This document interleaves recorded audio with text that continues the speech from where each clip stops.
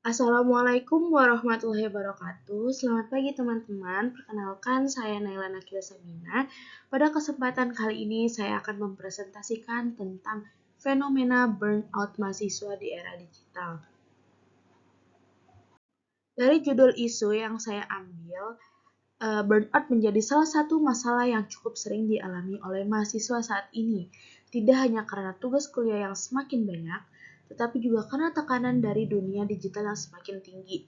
Nah, di era sekarang, mahasiswa tidak hanya dituntut untuk menyelesaikan tugas, tetapi juga merasa harus selalu produktif, aktif, dan terlihat berkembang. Apalagi dengan adanya media sosial. Hal ini sering membuat kita tanpa sadar membandingkan diri dengan orang lain. Akibatnya, banyak mahasiswa yang merasa lelah, tertekan, bahkan kehilangan motivasi. Oleh karena itu, penting bagi kita untuk lebih sadar terhadap kondisi diri sendiri agar tidak mengalami burnout secara berlebihan. Nah, di sini selanjutnya ada identifikasi audiens. Jadi, presentasi ini tuh ditujukan untuk mahasiswa S1, khususnya semester 2 sampai dengan semester 4, dengan latar belakang lulusan SMA atau sederajat, dan biasanya dilakukan dalam suasana kelas yang semi formal.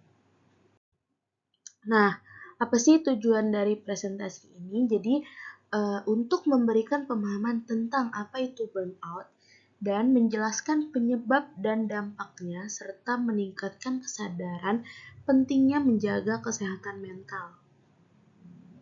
Selanjutnya di sini ada pengertian burnout. Lalu, apa sih burnout gitu? Burnout adalah kondisi kelelahan secara fisik, mental, dan emosional yang disebabkan oleh stres yang berkepanjangan. Mahasiswa yang mengalami burnout biasanya merasa lelah terus-menerus, kehilangan semangat belajar, dan sulit untuk fokus. Nah, hal ini juga bukan sekedar capek biasa, tapi sudah sampai ke tahap yang mempengaruhi aktivitas kita sehari-hari. Selanjutnya di sini ada fenomena burnout di era digital. Nah, saat ini burnout menjadi fenomena yang cukup umum di kalangan mahasiswa. Kenapa bisa begitu? Karena mahasiswa tidak hanya menghadapi tekanan tugas kuliah, tuntutan untuk selalu produktif, tetapi juga tekanan dari media sosial. Jadi di media sosial kita sering melihat pencapaian orang lain yang tanpa sadar membuat kita membandingkan diri sendiri. Dari situ muncul rasa tidak cukup, minder, dan akhirnya stres. Lalu apa aja sih penyebab burnout? Nah, jadi beberapa penyebab utama burnout antara lainnya itu yang pertama ada tugas yang menumpuk dan deadline-nya yang berdekatan. Yang kedua, ada kurangnya waktu istirahat atau pola tidur yang tidak teratur. Yang ketiga, ada tekanan dari lingkungan, baik akademik maupun sosial. Nah, dan yang terakhir, kebiasaan membandingkan diri dengan orang lain. Nah, jadi semua hal ini terjadi terus jika membuat seorang merasa kelelahan secara mental. Nah, selanjutnya ada dampak dari burnout.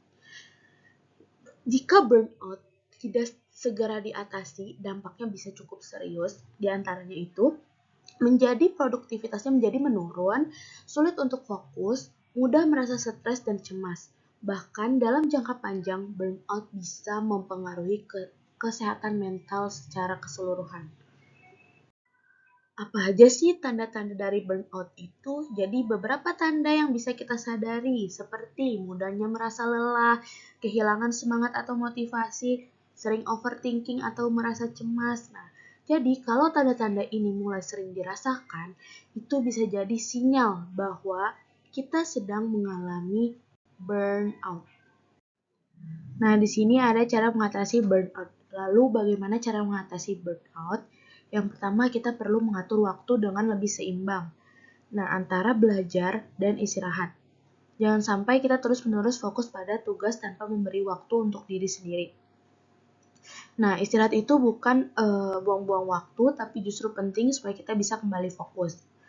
Nah, yang kedua itu adalah cobalah untuk mengurangi penggunaan di media sosial.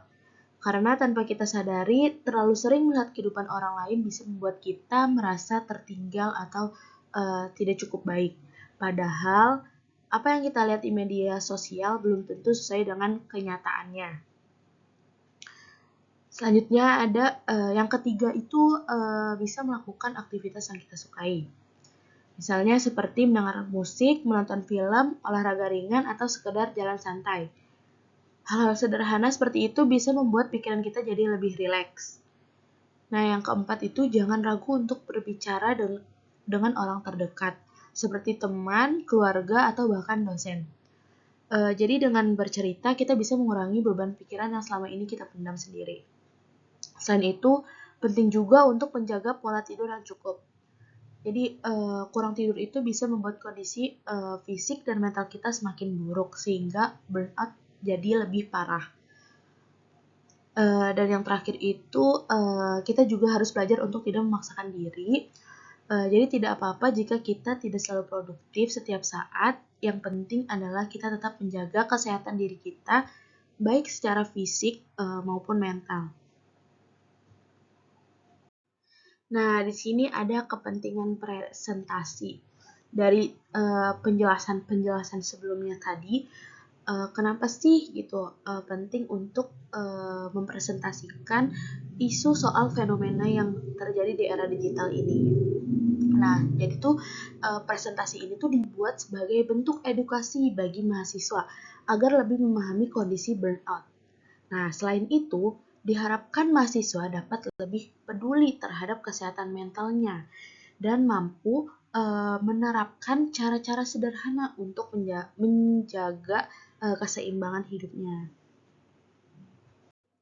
Nah, harapannya setelah memahami materi ini kita bisa lebih sadar tentang burnout, lebih peduli terhadap kesehatan mental kita, dan tidak memaksakan diri secara berlebihan. Nah, selanjutnya di sini ada kesimpulan. Nah, jadi kesimpulan secara keseluruhan yang tadi sudah saya jelasin, jadi burnout itu merupakan kondisi kelelahan fisik, mental, dan emosional yang banyak dialami mahasiswa di era digital. Hal ini terjadi akibat tekanan akademi yang tinggi, tuntutan untuk selalu produktif, serta pengaruh dari media sosial. Nah, jika tidak ditangani dengan baik, burnout dapat berdampak pada menurunnya produktivitas, kesehatan mental, dan kualitas hidup mahasiswa. Nah, oleh karena itu penting bagi mahasiswa untuk menjaga keseimbangan antara belajar dan istirahatnya, serta mulai lebih peduli terhadap kondisi diri sendiri. Dengan pola hidup yang lebih seimbang, jadi mahasiswa itu dapat menjalani perkuliahan dengan lebih sehat, fokus, dan tidak mudah mengalami stres yang berlebihan. Untuk feedback, saya berharap teman-teman bisa lebih aktif selama presentasi ini. Jadi teman-teman bisa bertanya kalau ada yang kurang jelas, ikut berdiskusi, atau mungkin berbagi pengalaman terkait burnout yang pernah dirasakan selama kuliah. Selain itu, saya juga sangat terbuka untuk menerima saran dari teman-teman supaya kedepannya presentasi ini bisa menjadi lebih baik lagi. Kurang lebihnya mohon maaf. Wassalamualaikum warahmatullahi wabarakatuh.